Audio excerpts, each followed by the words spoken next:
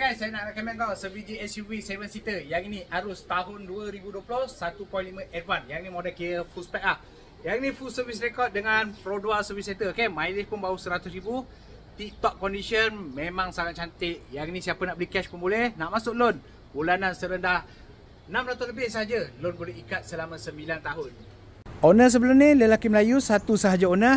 Kereta dia memang jaga cantik. Dia dah siap pasang side step ni, memang sangat-sangat berbaloi. Lepas tu dalam pun dia dah tukar dengan Android player. Okay, yang ini memang owner prihatin sangat, jaga sangat-sangat cantik.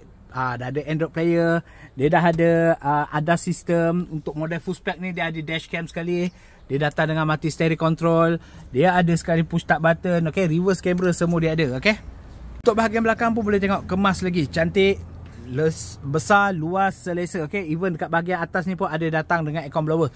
Kalau side bahagian belakang sekalipun sangat-sangat luas, sangat-sangat besar. Yang ini siapa yang nak beli untuk keluarga, nak pakai jalan jauh, saya sangat-sangat recommend guys. Kalau gaji kau dalam 1,800, kau dah layak dah untuk apply untuk kereta ni. Okay, tak ada lesen memandu pun boleh cuba, tak ada masalah. Free submission sahaja dengan saya. Okay, engine, gearbox, accident, banjir, saya jamin 100%. Tak ada isu. Kalau kau nak mencari kereta-kereta yang cantik, boleh roger saya di Maf Auto Calet guys.